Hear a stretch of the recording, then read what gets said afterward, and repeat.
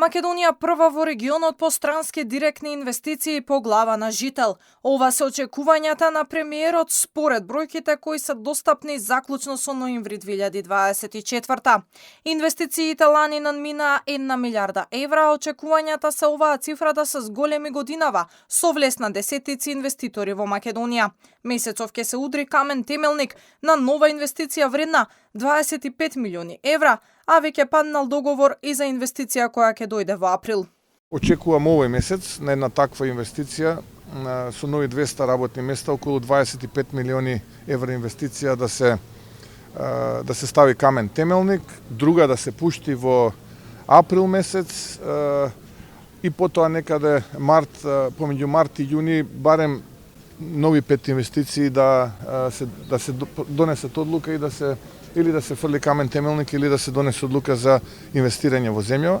Само во втората половина од 2024 владата договори 8 странски инвеститори во Македонија кои треба да вработат 2800 луѓе. Во моментов течат финалните преговори со 15 странски инвеститори и според информациите од владата за добар дел се веќе завршени преговорите, а останатите ја ставаат Македонија во најтесна конкуренција. Очекувањата се дека ќе има договори со нив. Во фаза на преговори, завршна фаза сме на околу 15 на инвестиции. Дел од нив се веќе завршени, со дел од нив преговараме, со дел од нив сме во потесна конкуренција со некои други земји, односно во најтесна конкуренција се одлучува помеѓу нас и уште некоја земја. Јас очекувам дека со огромен процент на реализација овие инвестиции ќе бидат успешни. Со засилувањето од мај месец наваму, интензивирањето на инвестирањето, ќе бидеме држава во регионот сигурно со најголем број странски директни инвестиции по глава на жител. Владата на Мицкоски уште на стартот на мандатот ја промовираше инвестицијата на Алказар Енерджи во вредност од 500 милиони евра со која ќе се изгради ветерен парк помеѓу општините Карбинци, Штип и Радовиш.